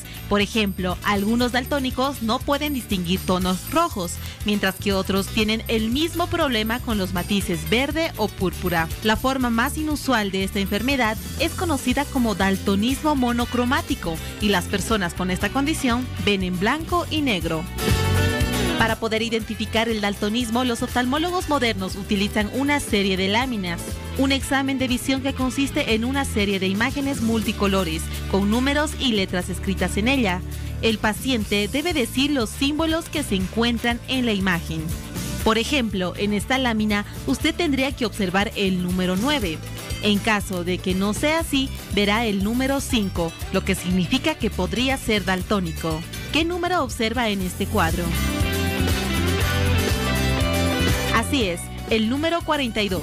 Una persona que no es daltónica puede identificarlo claramente. ¿Se ha preguntado cómo es la visión de una persona daltónica? Estos son los colores con los que observamos con normalidad. Sin embargo, quienes sufren la enfermedad la verían de esta manera. No obstante, entre los 10 y 20 años de edad es cuando más se detecta si alguien es daltónico. Por ello, es muy importante acudir al médico. Bueno, daltonismo. En Hemos traído un especialista, una persona absolutamente indicada para describirnos cómo es esto del daltonismo, sus características y cuánta incidencia tiene en el país. Estamos junto al doctor Joel Moya, médico oftalmólogo. Ustedes lo conocen bastante bien, nos ha acompañado varias veces en el programa. Doctor, qué gusto tenerlo nuevamente. Buenas noches. Gracias, don Víctor, realmente es un placer, aunque la hora es un poquito fría. Complicada. Y le agradecemos porque a pesar de la hora, mire usted, lo tenemos acá al doctor y mañana tempranito ya trabajando. Querido doctor, le llaman la ceguera del color, ¿no? En algunos lugares. Explíquenos un poco sobre esto del daltonismo. ¿Cuánto puede afectarle a la calidad de vida de una persona, tomando en cuenta que nuestros 5 sentidos son aquellos que nos permiten captar todo lo que tenemos a nuestro alrededor? Y el sentido de la vista nos regala el 90%, ¿no es cierto?, de las experiencias que nuestro cuerpo puede rescatar de su entorno. Y cuando hay alguna afectación en el sentido de la vista, pues bueno, algo definitivamente no está bien, o sea, nos va a afectar. ¿En qué medida? Bastante. Yo creo que el hecho de no percibir perfectamente los colores hace que el ser humano pueda ser considerado no apto para ciertas actividades. Estoy recordando que durante 30 años estuve trabajando en la Fuerza Aérea, hice la selección de estos postulantes y en este ejercicio de seleccionar a nuestra gente se toman pruebas funcionales visuales simples, entre ellas la agudeza visual, la percepción del color, la visión cromática, los campos visuales, la estereopsia y los movimientos oculares. Si alguno de estos postulantes tiene falla en estas pruebas, son considerados no aptos. Pero al hablar de visión de color nos influye a muchos detalles. Yo creo que cuando una persona empieza a distinguir mal los colores hay que investigarlo, porque hay ametropía, hay discromatosias que pueden ser congénitas y otras adquiridas. Si es una alteración adquirida es muy complicado. Podemos pensar que esta persona está empezando a desarrollar ciertas alteraciones neurológicas, inclusive que pueden estar relacionadas con tumores, con infecciones, y hay que detectarlos bien, porque si no hacemos el tratamiento adecuado, seguramente ellos van a terminar perdiendo la vista. Pero cuando son congénitos, o sea, cuando nacen con este tipo de problema, podemos hacer que estas personas puedan ser útiles para otro tipo de actividades. Estas personas que nacen con estas alteraciones de color, con las discromatosias, que son de tipo congénito, son utilizados también en este tipo de actividades en la Fuerza Aérea, como cuando, por ejemplo, ocurre un desastre. Ellos ven donde otros no ven. Entonces, va a ocurrir un desastre en una zona amazónica con mucha arboleda, y nadie distingue, pero este discrómata que está ahí, o daltónico como lo están llamando, esta persona distingue y ubica el lugar donde está el desastre. Otra particularidad que tienen estas personas es que tienen un alto nivel un coeficiente alto de inteligencia. Entonces son personas que realmente, si bien tienen esta particularidad y no son considerados aptos para ser pilotos, para tomar actitudes de mando, son utilizados para otro tipo de actividades y compensan las deficiencias que tiene. ¿Y cómo se explica eso, doctor? Que una persona que tenga algún grado determinado de daltonismo tenga un coeficiente intelectual alto. O sea, ¿cómo se da esa asociación? Bueno, esa explicación es un poco complicada, pero es la particularidad que ellos tienen. Tienen este tipo de no percibir los colores, pero tienen esa capacidad de tener un alto nivel un coeficiente alto de inteligencia. Y generalmente estos son degeneraciones que se manifiestan con ese carácter congénito y se heredan de la madre. Un hombre tiene este tipo de particularidad, tiene sus hijos y seguramente la hija es la que va a transmitir esta alteración en su hijito, o sea, en el nieto, y de esos nietos que va a tener, de 4 podría ser 1 que nazca con este tipo de alteración. Entonces, yo creo que es genético más que toda la explicación de esta característica que ellos tienen, de desarrollar este tipo de características que los hacen así para compensar la deficiencia que ellos tienen. Doctor, yo veía por algunos estudios que se hicieron, ¿no es cierto?, que tiene mucha más incidencia esto del daltonismo en los varones que en las mujeres. Un 0.5% en mujeres y un 8% en los hombres. ¿Esto por qué? Por esto mismo que le estoy hablando, tiene esa característica de ser hereditario. Y el factor importante que se tiene es el aspecto genético, los genes. Entonces sí, es evidente que es más en los hombres y es mínimo en las mujeres. Es mínimo, tiene, en nuestro medio es mucho menos de lo que usted está hablando. Es más en varones, porque así lo hemos demostrado durante el ejercicio de tantos años. Sí encontramos también mujeres que tienen algún tipo de alteración, pero es más frecuente encontrarlo sí en varones. Y esa característica es la que se manifiesta por genética, por genes que se van heredando en el transcurso de la vida. ¿Hay algún tipo de tratamiento, doctor, para el daltonismo? ¿Cómo se trabaja? ¿Cuánto tiempo dura? ¿O es definitivamente algo que no se lo va a poder resolver en su totalidad? Si es adquirido, habría que detectar dónde está la causa, si es infeccioso o es degenerativo o tiene un tumor. Si tiene el tumor el que está provocando esa pérdida de capacidad de ver el color, hay que sacarle el tumor y restituir las fibras neurológicas lo más correctamente posible. Cuando se afecta el nervio óptico, que está ahí debajo de la silla de la turca, es la que produce generalmente el daltonismo. Cuando se afecta en el nervio óptico que va hasta más atrás, hasta la parte occipital, entonces podríamos pensar que las alteraciones en el color pueden ser en el azul o en el amarillo. Por eso es que en estas personas hacemos estudios utilizando este tipo de luces para estimular este tipo de reacciones. Eso es referente a la parte adquirida. Cuando es congénito no hay tratamiento. La persona nació con este tipo de detalle y nació y va a morir de esta forma. En el mundo se investiga formas de cómo compensar este tipo de alteraciones, colocarlos aptos para ser pilotos de aviación o pilotos de conducción. Entonces, pero no han encontrado. Algunas veces han querido colocar un lente de contacto con una particularidad de que se vea rojo y pueda haber un contraste y él pueda percibir los colores adecuadamente. Cuando hablamos de discromatopsia, tenemos el extremo, que es la cromatopsia, donde se ve todo gris. La discromatopsia, donde hay este tipo de alteraciones nítidas. Tenemos el tricrómata normal y el tricrómata anormal y el tricrómata normal. El tricrómata normal es el que percibe todos los colores. El tricrómata normal es el que confunde algo con el rojo, con el verde. Y ese es lo que corresponde a la parte de discromatopsia, que va con esas imágenes que mostraron, ¿no? De que el daltónico está viendo solo el rojo, pero hay otros que solo ven el verde, somos deuteranopía. Protanotopía es cuando se ve solo, contiene deficiencias con el rojo. Pero el que sufre más es el acrómata, solo ve blanco y negro. Pero si tenemos un tricrómata anormal y la deficiencia no es tan complicada, este puede ser considerado apto, inclusive puede ser considerado apto para ser piloto. Sí. Porque les da las circunstancias.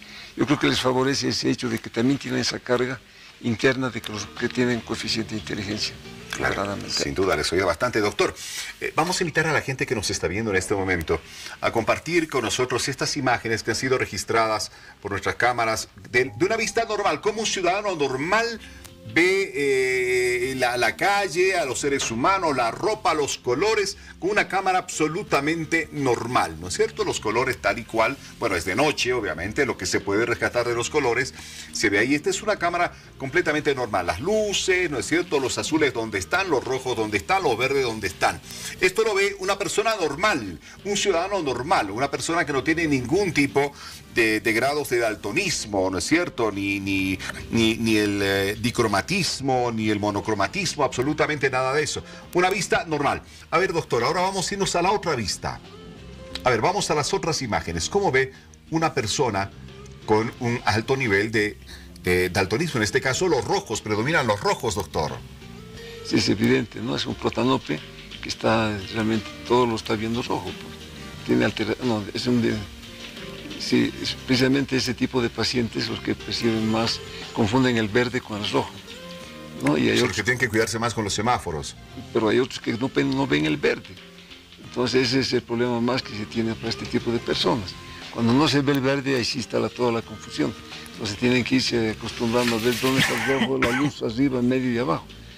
Pero esta alteración con el rojo es rara vez. El más frecuente es con el verde. Con el verde, o sea que todo lo ven verde. Así es. ¿No? Bueno, y obviamente una persona que tiene problemas de daltonismo, doctor, tiene que tener muchísimo cuidado, o mejor, si no conduce un vehículo. Bueno, creo que sí, realmente es muy peligroso para él porque no va a poder distinguir las señales en primer lugar, y siempre va a confundir las estructuras, no va a ver lo que está plano, no va a distinguir los huecos, y va a tener ese tipo de alteraciones que realmente va a ser muy peligroso para él. Lógicamente, con un poco de práctica, pueden también realizar esta práctica del automovilismo, pero nunca van a poder ser pilotos de avión, porque en estos deben tener una capacidad, una agudeza visual y una capacidad de percibir nítidamente donde tienen que aterrizar. Así es, doctor. Hay unos filtros, ¿no?, de Color Light, se llaman estos, que ofrecen una corrección, se dice, bueno, en otros países, eficaz hasta el 90% para los daltónicos. ¿Esto también lo tenemos en el país? Sí, lo tenemos, pero la verdad es que no le tengo mucha confianza. Los resultados que he podido obtener con los pocos pacientes que he podido tratar, el resultado ha sido negativo. No hemos logrado tener realmente que con toda esta ayuda la persona pueda reaccionar a ver todos los colores. Cuando uno maneja un avión, juega con muchos paneles y ve muchos colores. Cuando uno trabaja como mecánico de aviación, trabaja con una gama de colores. Entonces, el error visual debe ser cero. Y si es del color, puede ocasionar muchos accidentes por tener este tipo de particularidades de falla. ¿Dónde tiene que ir alguna persona que en este momento nos está viendo, doctor, y que sufre de daltonismo, de algún grado de daltonismo? Si tiene una persona así, que estuvo teniendo una visión muy normal, viendo con todos los colores adecuados, y de repente empieza a ver que el color empieza a confundir, tiene que visitar un oftalmólogo urgente y ubicarse en el problema y el diagnóstico correcto. Seguramente estas personas van a ser sometidas a estudios neurooftalmológicos para llegar a la conclusión adecuada. Si es una persona que está ahí nomás tranquila, podría tratarse de un tumor que está empezando a desarrollar. Pero si tiene una baja de la visión brusca, podría tratarse de un proceso inflamatorio infeccioso que es mucho más complicado. Doctor, queremos agradecerle nuevamente por su guía con este tema. No es cierto que para mucha gente es nuevo, o sea, a veces no le prestamos atención, pero la incidencia es alta. Como usted mismo nos decía, 6 casos de 1000 es una incidencia alta. Doctor, gracias por haber estado esta noche con nosotros nuevamente. Estoy agradecido, Víctor, a tus órdenes. Muchas gracias, doctor. Bueno, en un momentito vamos a retornar para hablar de el comercio electrónico, pros, contras, peligros, ventajas. En unos ratitos nada más, nos esperan.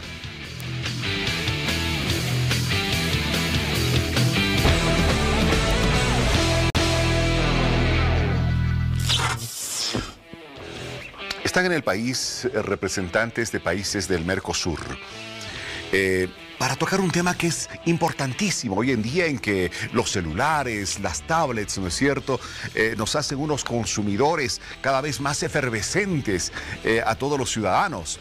El comercio electrónico definitivamente se va imponiendo en el mundo. El mayor consumo de comercio electrónico está en Europa, con más del 37%. Le sigue Estados Unidos con algo así del 27%. Sigue por ahí Asia. Bueno, en Sudamérica todavía estamos con un 2%, de acuerdo a los datos. Vamos a ver si estos se han actualizado.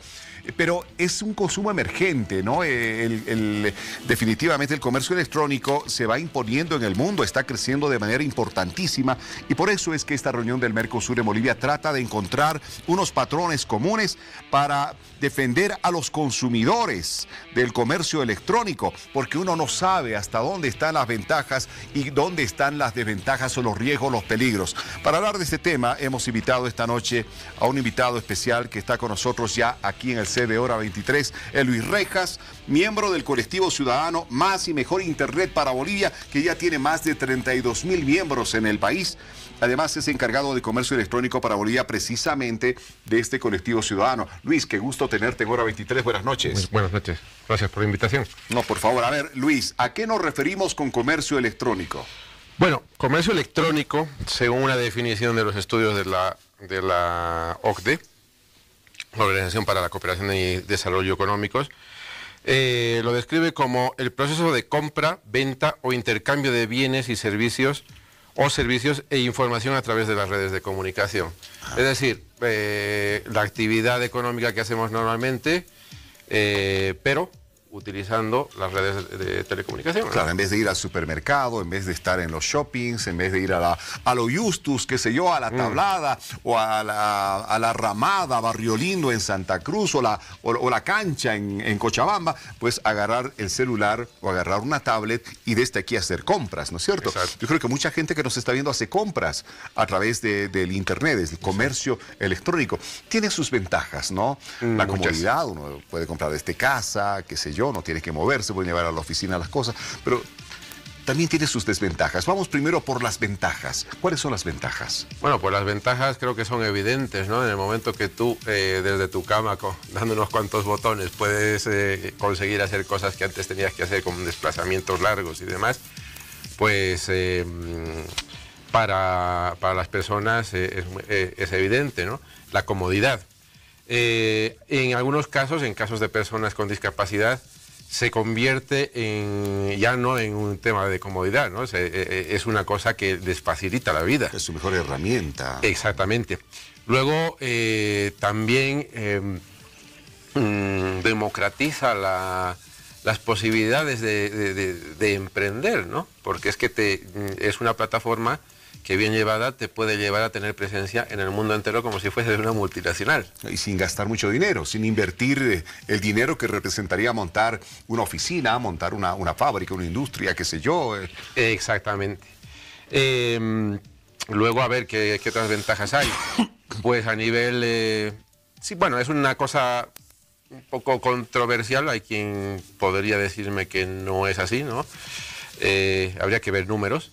Pero cabe la posibilidad también de que, bueno, imagínate el teletrabajo, que es una de las cosas que te permite, o sea, el comercio electrónico es prácticamente teletrabajo, ¿no?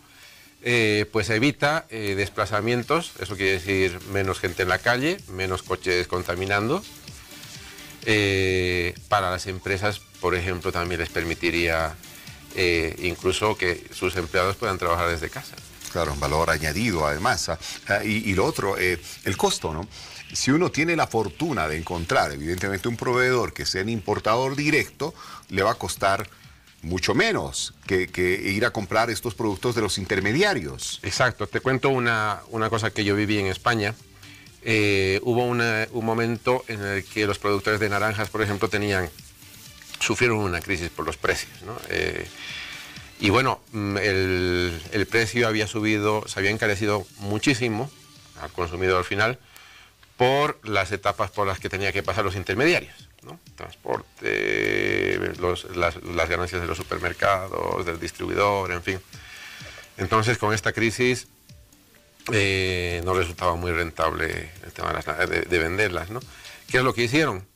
Pues empezaron a venderlas directamente al público. Tú la pedías por internet y al día siguiente, claro, la ventaja que tienen allí es que la logística, los sistemas de logística, el transporte, es sumamente efectivo, ¿no? Y de un extremo a otro de la península, pues en un máximo de 48 horas tienes lo que hayas pedido, ¿no? La mercadería. Entonces eliminaron a todos los intermediarios y con eso consiguieron salvar su crisis. Bien, hemos hablado de las ventajas, que son bastantes, y una persona que utilice bien el Internet, sepa utilizarlo y tome en cuenta las recomendaciones que hacen los expertos, no tendría que tener ningún problema y puede hacer sus transacciones feliz por el Internet, pero la mayoría de nuestra gente no está bien informada, esa es una realidad. Entonces ahí están los riesgos dentro del comercio electrónico y uno de ellos, el posible fraude, ¿no es cierto? O sea, una persona que compra no verifica exactamente a quién, ¿no es cierto? Y de repente su producto nunca le va a llegar, ¿no es cierto? Habrá hecho el depósito, pero ahí se quedó. Y lo otro, la apropiación de nuestras claves, nuestras contraseñas, nuestras cuentas, el robo de nuestra identidad. ¿Cuán peligroso es eso? Exacto.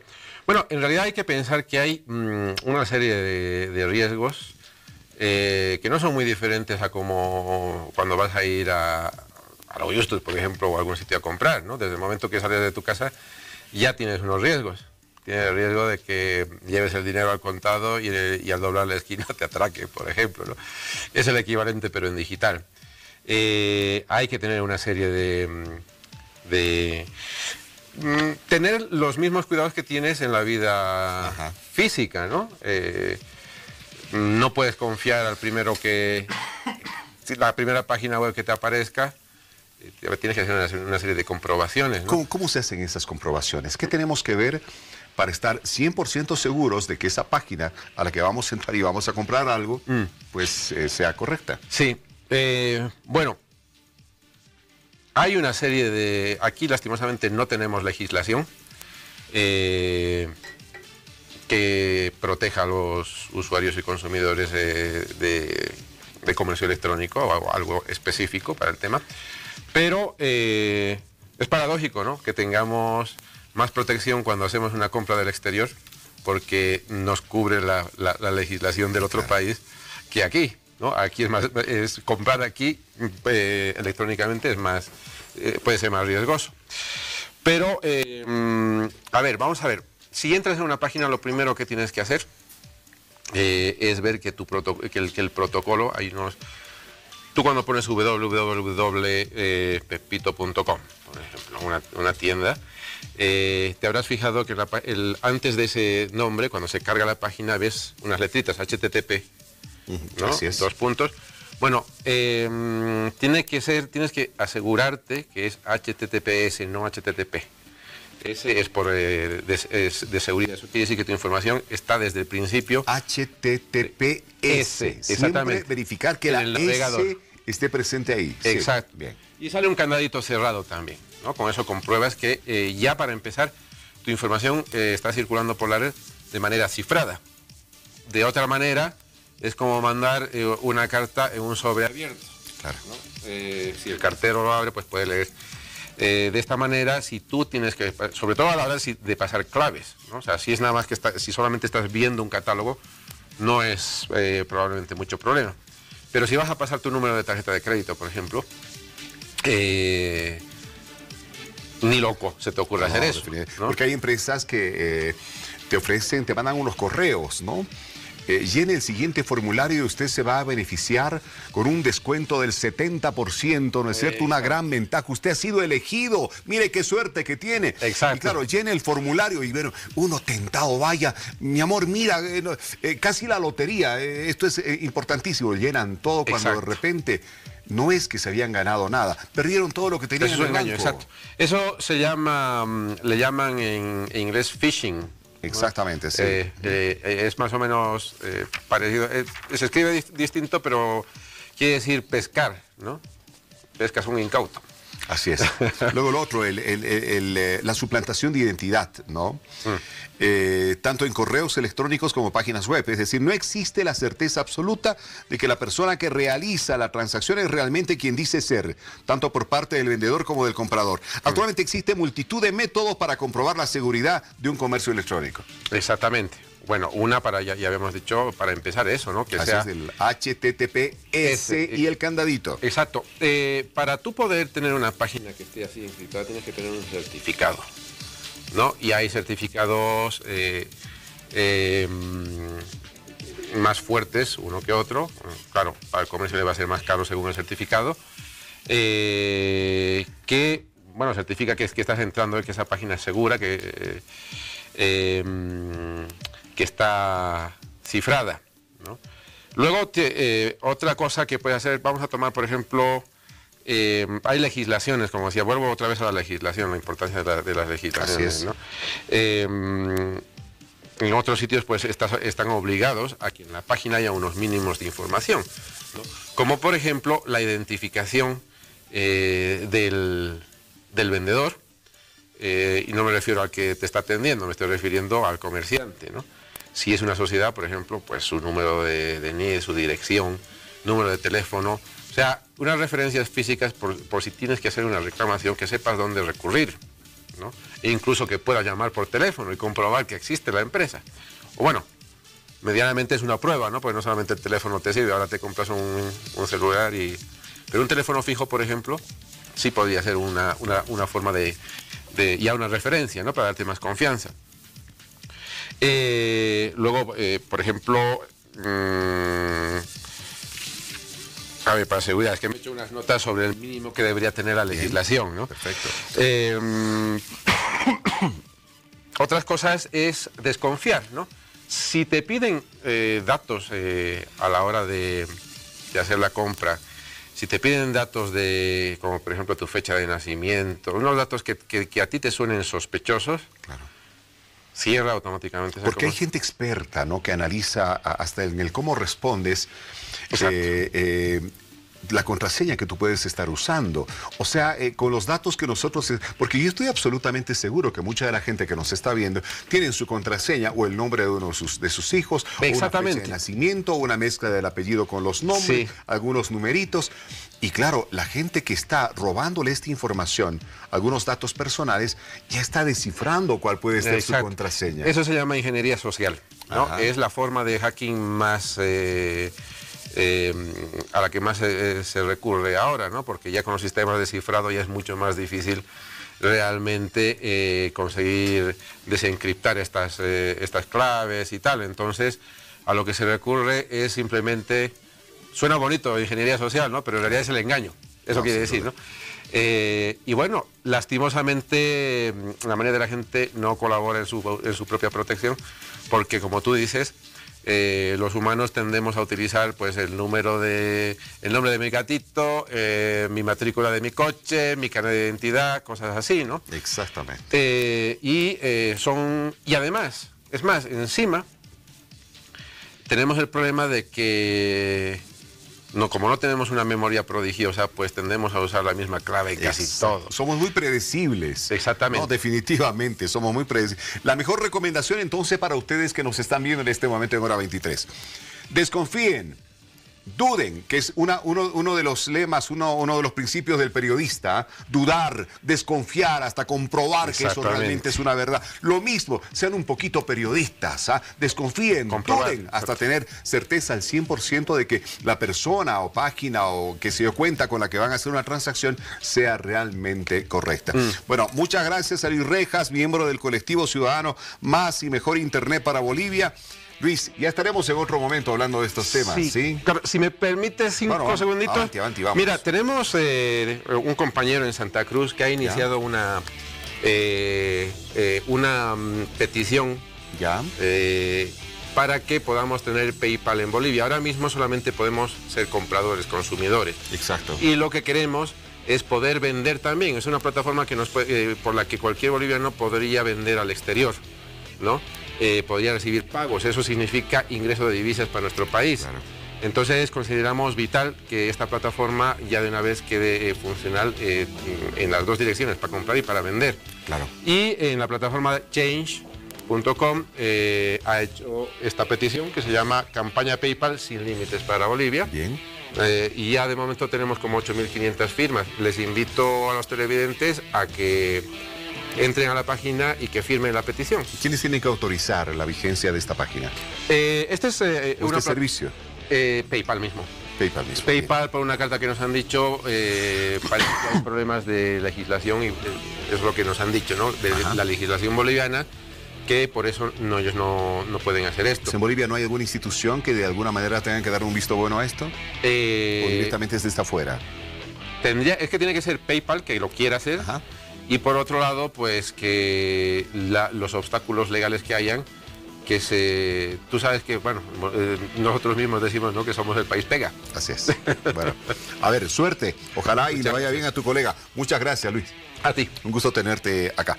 Bueno, vamos a irnos una pausa. Cuando retornemos, deben las bailarinas en las entradas folclóricas del país dejar de bailar solamente para dar el gusto a uno de los espectadores que desea sacarse una foto con ellas. Yo creo que no. ¿Ustedes qué opinan? Enseguida un caso sumamente interesante.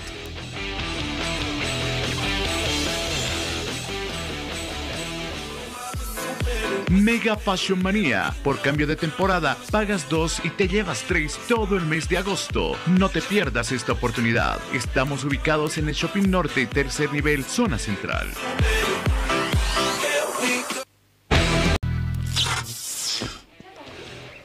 Bueno, a ver, primero no le estoy escuchando al señor productor, lo dejo claro, si acaso está gritando por ahí dándome alguna instrucción. No, está complicado, parece que la batería del sonoprompter se fue.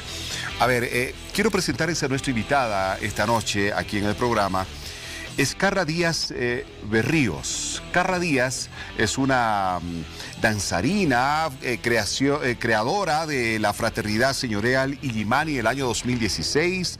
El 2007 fundó la Fraternidad Infantil de Chutas y Pepinos, Chiti y Yemanitos. El 2011 obtuvo un reconocimiento de la Asamblea Legislativa del Estado Plurinacional de Bolivia con honor al mérito cultural y grado de gestora cultural por su vasta trayectoria. Actualmente es periodista y también presentadora de televisión. Carla, qué gusto tenerte en el programa. Buenas noches. Buenas noches, Víctor Hugo. Muchas gracias por darme pues este espacio también para como periodista y gestora cultural dar mi opinión. Bueno, Carla, yo quiero mostrar, no sé si, señor director, si tenemos disponibilidad de las imágenes de Potosí. Mira, este es un momento que quiero comentarlo contigo, Carla. Ya estamos hablando de la reina de la fiesta de Chutillos, ¿no es cierto? Shirley Porcel, que fue cuestionada por las redes sociales, criticada, ¿no es cierto?, por esta actitud. Está bailando, está preparándose para hacer un paso importante de su fraternidad, pero va un espectador, se le acerca y le dice, oye, por favor, Shirley, una foto, y le dice, no la foto. La gente la criticó bastante al grado de que le consideró que era una persona soberbia, que no era una representante digna de la belleza potosina, bla, bla, bla. Se dijo absolutamente de todo. Pero claro, ¿qué hizo Shirley Porcel? Vamos a ir a las siguientes imágenes, señor director. Esta mujer, que definitivamente me parece absolutamente ejemplar, tomó la decisión de buscar a ese muchacho que lo ven ahí de naranja, llegar hasta su casa y pedirle disculpas por no haber aceptado tomarse esa foto. Yo no sé, yo creo que Shirley no tenía por qué pedir disculpas, definitivamente. Pero, señor director, tenemos las imágenes. Sí, tenemos el audio. Vale, vamos con el audio, por favor, escuchemos. Bueno, yo la verdad me siento asombrado, muy asombrado por este tema de las páginas, que justo hoy día acabo de enterarme que se ha publicado este tema de que si señorita les rechazó la toma de la foto. Bueno, en verdad yo entiendo la situación en la que ella se encontraba, el tema del baile, el paso y todo esto. Entonces me parece muy mal de parte de esas personas que han hecho esta publicación tratar de negar la dignidad de una persona. La verdad no me parece muy bien. Bueno, y sí, ahí escuchamos a Carlos, que es el muchacho que ustedes veían en la anterior imagen de naranja, que le había pedido una foto a Shirley. Él agradece a Shirley por haber tenido la gentileza de llegar hasta su casa, sorprendido él porque ella lo buscó y llegó hasta su domicilio. Y le dice, Shirley, bueno, en realidad fue muy injusta la gente que te trató mal en las redes sociales, porque él también es danzarín, y le dice en otro momento de esta conversación, ¿no es cierto?, yo también soy danzarín, o sea, y obviamente no podíamos interrumpir al danzarín cuando está en plena presentación coreográfica, regalando su espectáculo para los espectadores. Él se dio cuenta, pero mucha gente le hizo daño a Shirley. Por eso yo apelo a tu opinión, Carla, tú como danzarina, ¿no es cierto?, bailarina de los eventos folclóricos tan lindos como este, ¿tiene o no tiene razón Shirley cuando le dice, no, muchacho, en este momento no la foto?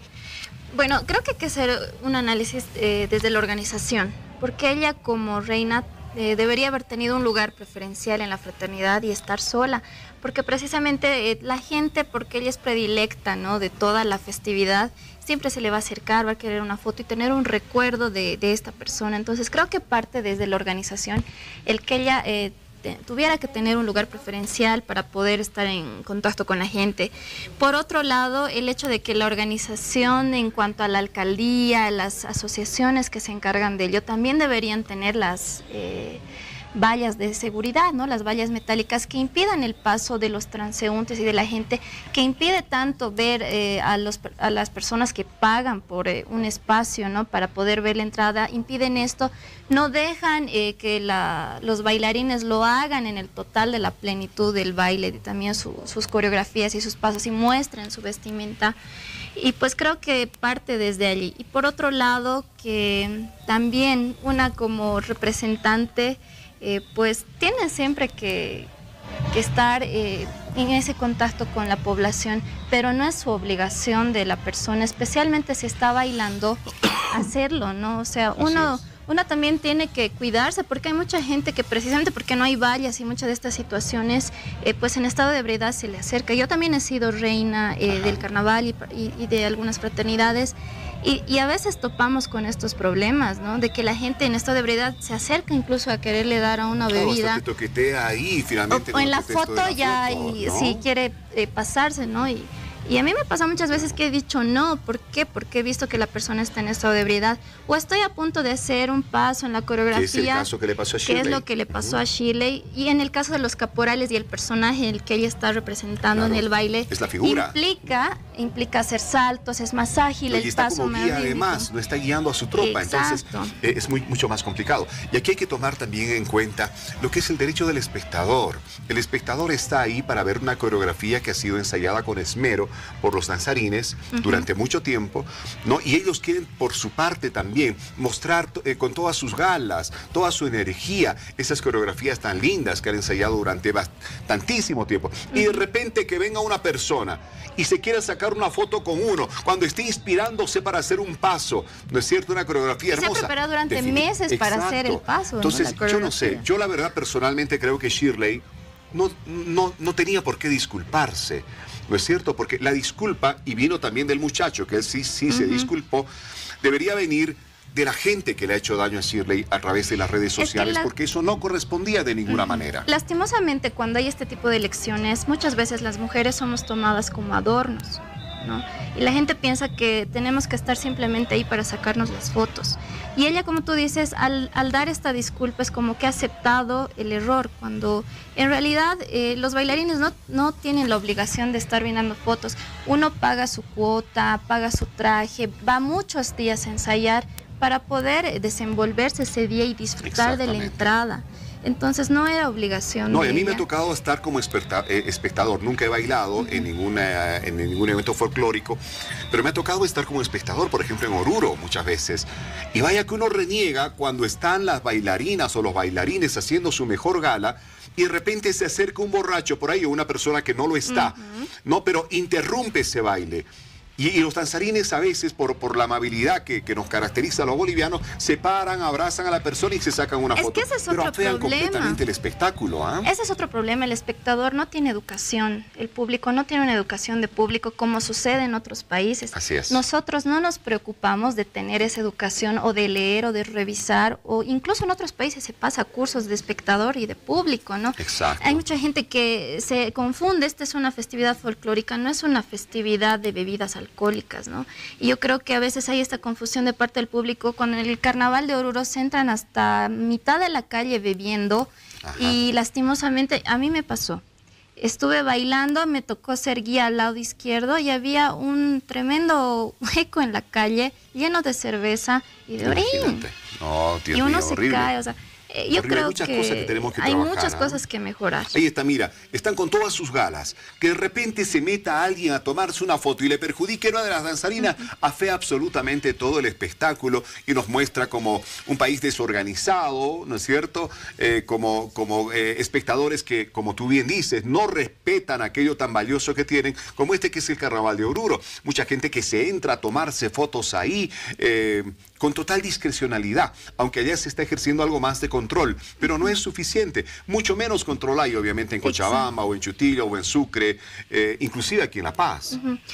Es cierto esto, Víctor Hugo, pero hay algo en lo que yo también quiero hacer énfasis, en esto de la elección de reinas, ñustas, payas, tahuacos y otras nominaciones que se tiene dentro de todas las festividades en el país, que se está tomando mucho a la mujer como un adorno. O sea, si se hace la elección de una predilecta, yo pienso que tendría que ser, no solamente se tendría que hacer hincapié en la belleza, sino también en la inteligencia y en cómo va a proyectar la fiesta y va a ser la difusión de esto la representante. ¿no? O sea, la gente piensa que una paya, una reina, solamente tiene que sacarse foto y posar y es lo único. O sea, cuando una persona, cuando está como representante, tiene toda la potestad de hacer esta difusión, de investigar, de mostrar la alegría, el vestuario, el origen de las danzas y muchas otras cosas que pues no se está tomando en cuenta y no se le está cuidando así a la mujer dentro de la festividad folclórica. Hay reglamentaciones que, como en el caso del Carnaval de Oruro, son bastante detalladas, ¿verdad? Son unos estatutos, unas normas. Pero dime una cosa, Víctor Hugo, en una elección, ¿qué tiene que hacer la pasarela en traje de baño? Sí, en la entrada folclórica no va a estar en traje de baño. Bueno, yo creo que aquí es el sentido absolutamente comercial de explotación de la mujer que se hace en este tipo de eventos. No, hay organizaciones que ya están luchando contra ello, por ejemplo, la exposición de las niñas en este tipo de eventos, de concursos y demás, que apoyamos como Rebolivisión. No deberían ser. Y sí, tienes toda la razón del mundo. ¿Qué tienen que hacer las bailarinas, representantes folclóricas de la cultura de nuestro país en traje de baño, evidentemente? O sea, hay cosas que no acomodan y que tendrán que trabajarse, creo yo, una reglamentación especial en este tema, ahora de las manifestaciones culturales. De algún modo, sí, hay muchas mujeres que tratan de mostrar la sensualidad, pero no la sexualidad a través de la danza. Bueno, pero se ha confundido, ¿no? Ajá. Y esto es lo mismo que está pasando con los espectadores. Están haciendo eso. ¿Por qué quiero tener una foto y todo esto? De repente con la chica que está mostrando más el escote o que está mostrando por otro lado los escotes, ¿no? El fotógrafo también que a veces hace ese enfoque. Muy bien, a ver, Carla, quiero agradecerte por haber estado esta noche con nosotros, tocar este tema que no habitualmente se lo toca en un programa de televisión, pero hay que hacerlo. Y por favor, la gente que insultó a través de las redes sociales a la Miss Chutillos, ¿no es cierto?, a Shirley Porcel, discúlpense también por la misma vía. Ella no tenía por qué pedir disculpas. Ella estaba jugando con su rol de representar a su grupo, de representar una festividad tan importante y ante los espectadores que estaban ávidos por verla bailar, por mostrar su coreografía, todo el esfuerzo que durante muchas semanas de ensayo depositó. Así que, Shirley, no tenías por qué disculparte. Te mandamos un abrazo de esta hora 23 y lo propio a ti. Gracias, Carla. Hasta otro momento. Gracias, Víctor Hugo. Hasta otro momento y pues decirle a la gente que también profundice un poquito más los temas.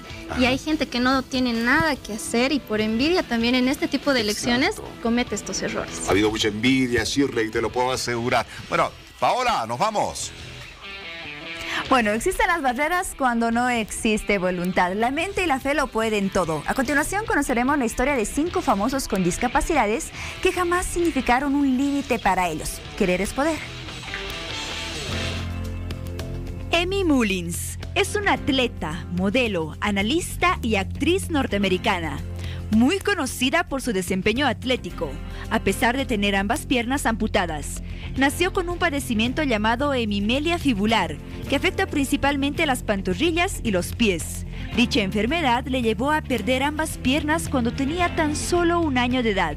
En 1996 compitió entre la Asociación Nacional de Atletas Colegiados, estableciendo varias marcas en los 10º Juegos Paralímpicos de Atlanta.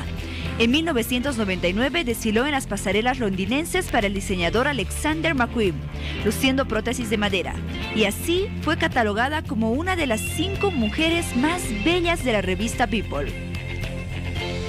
Es turno del inolvidable hombre de acero. Su nombre real fue Christopher Reeve, actor, director de cine y piloto estadounidense, mejor conocido por su interpretación de Superman.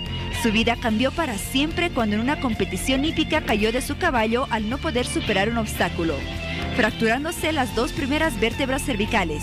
Tras varias cirugías, solo pudo recuperar la movilidad de los dedos de su mano izquierda. Colaboró con la UNESCO para luchar por las causas similares a la suya. Se convirtió en un orador motivacional y un ícono de la lucha ante la adversidad. Además, Christopher creó la Christopher and Dana Reeve Paralysis Foundation para apoyar a quienes quedaron parapléjicos o tetraplégicos como él. Es momento de disfrutar de la adrenalina del deporte extremo, pero esta vez en silla de ruedas. Aaron Fotheringham padecía espina bífida, por lo cual tuvo que usar una silla de ruedas desde sus 8 años. Observaba a su hermano cuando iba en su BMX al parque de patinaje, y un día fue su hermano quien le dijo que debería intentar montar la silla en el parque. Hoy por hoy, Aaron realiza impresionantes trucos de patinaje y BMX. Es la primera persona en realizar con éxito una voltereta hacia atrás y en silla de ruedas a la edad de los 14 años. Ahora conozcamos a uno de los primeros estudiantes discapacitados en ir a una escuela normal. Él nació sin brazos y sin piernas. Tiene un pequeño pie con 2 dedos y su nombre es Nick Bujisi, predicador cristiano, orador motivacional australiano y director de una organización para personas con discapacidad física. Aprendió a escribir y a usar la computadora con sus 2 dedos del pie izquierdo. Puede lanzar bolas de tenis y contestar el teléfono. Se graduó en la facultad con tan solo 21 años de edad, especializándose en contabilidad y planificación financiera. Hoy recorre el mundo como orador motivacional. Finalicemos con la historia de un gran artista italiano, Andrea Bocelli. Es tenor, músico, escritor y productor musical. Grabó 8 óperas completas y vendió más de 70 millones de discos en todo el mundo. A su madre le propusieron abortar porque tenía apendicitis y le dijeron que su hijo nacería con malformaciones. Sin embargo, ella siguió adelante con el embarazo. Bocelli aprendió a estudiar piano a los 6 años y luego continuó con la flauta y el saxofón. Debido a un glaucoma congénito y un accidente de fútbol, lamentablemente perdió la vista a los 12 años de edad.